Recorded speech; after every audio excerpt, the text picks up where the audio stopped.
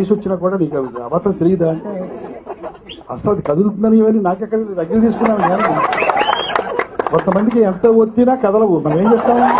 ఇప్పుడు అది లేదు, పైన లేదు, కింద లేదు, చేతులు పట్టుకోవడం లేదు, ఏమిటేమిటో జరుగుతున్నాయి అనుకోండి.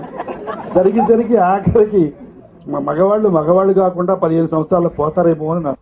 అసలు అమ్మాయి ముఖం బాగుంటే దాని తర్వాత తలుపు చీర కడతామా, లేకపోతే వీపు బాగా వెడల్పుగా కనిపించేట్టు జాకెట్ కుడతామా, లేకపోతే ఎక్కువ ఓపెన్ అయ్యేట్టు ముందు నుంచి కుడతామా, ఇవన్నీ తర్వాత సంగతి. ఆయన అసలు బాగుండాలి కదా మొహం అట్రాక్టివ్గా. అందుకని దిస్ ప్రెటీ గుడ్. అప్పుడప్పుడు వీళ్ళందరూ మిస్ అయిపోతానని అనిపిస్తుంది.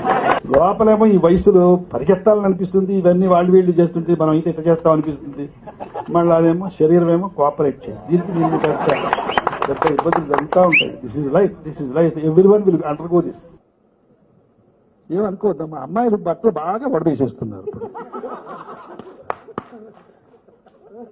అసలు అందం ఎక్కడ ఉంటుందంటే మధ్య రకంలో ఉండదు. బాగా వడదీసినా ఉంటుంది అందం, ఏమీ బాగా కప్పుకున్నా ఉంటుంది అందం కదా. ఏమైనా అమ్మాయిలకు చెప్పేది ఏంటంటే కొంచెం దాచిపెట్టండి,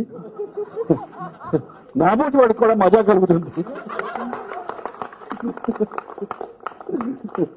ఆ అమ్మాయికి ట్రాన్స్లేట్ చేయాలి. నువ్వు నా దగ్గరికి వస్తే ట్రాన్స్లేట్ చేస్తానమ్మా.